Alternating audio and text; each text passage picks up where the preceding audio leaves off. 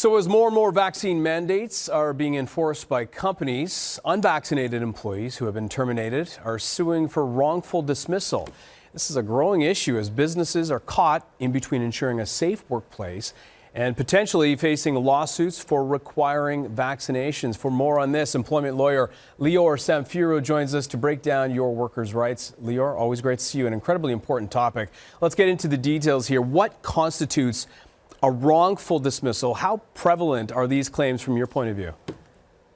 So, Anthony, despite what the name wrongful dismissal suggests, a wrongful dismissal doesn't have much to do with the reason someone is let go.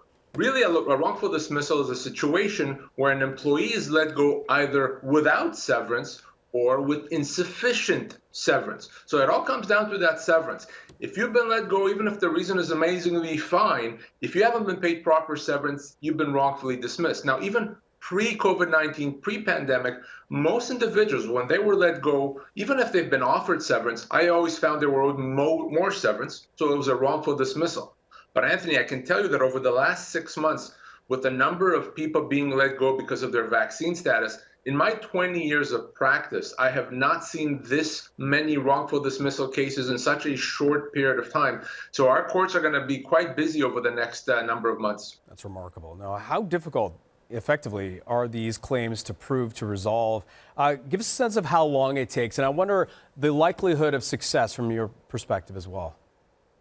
So I know that there's always a bad connotation with respect to legal proceedings. People always believe, oh my gosh, it's going to take years. And that may be true for some cases, criminal cases, personal injury cases. That is not the case with respect to employment law cases. Employment law cases on the whole resolve fairly quickly, and the timeline is often measured in weeks, not months. 98, 99% of them are going to resolve months before they even go to a courtroom. So you don't have to look at it in that sense. Matters resolve usually fairly quickly, and I do think that for the reasons that we've discussed in the past, the fact that there's no government mandates for most individuals that have been wrongfully dismissed because of their vaccine status, yes, there's a very good and high likelihood of being successful. So once this happens, if an employee loses his or her job, are they allowed to work in the meantime? What are the rules on that?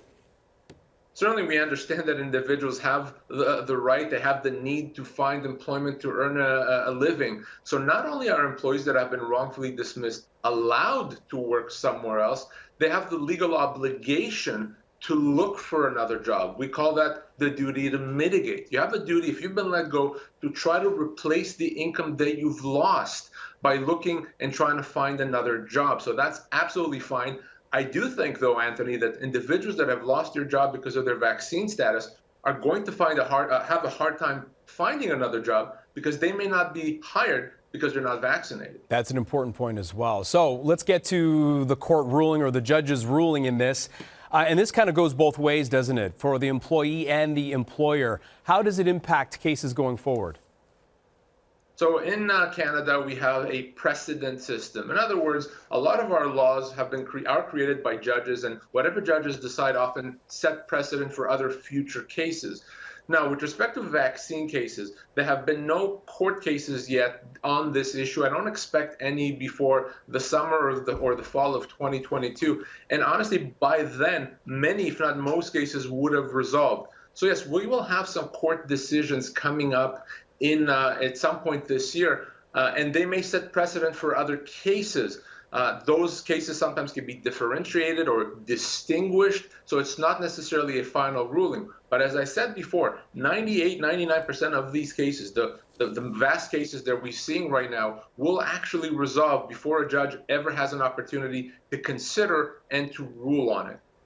Important issues, but you are seeing, I mean, we're talking about dozens of cases, hundreds of cases, not just for you, but employment lawyers across the country. Is that what we're seeing?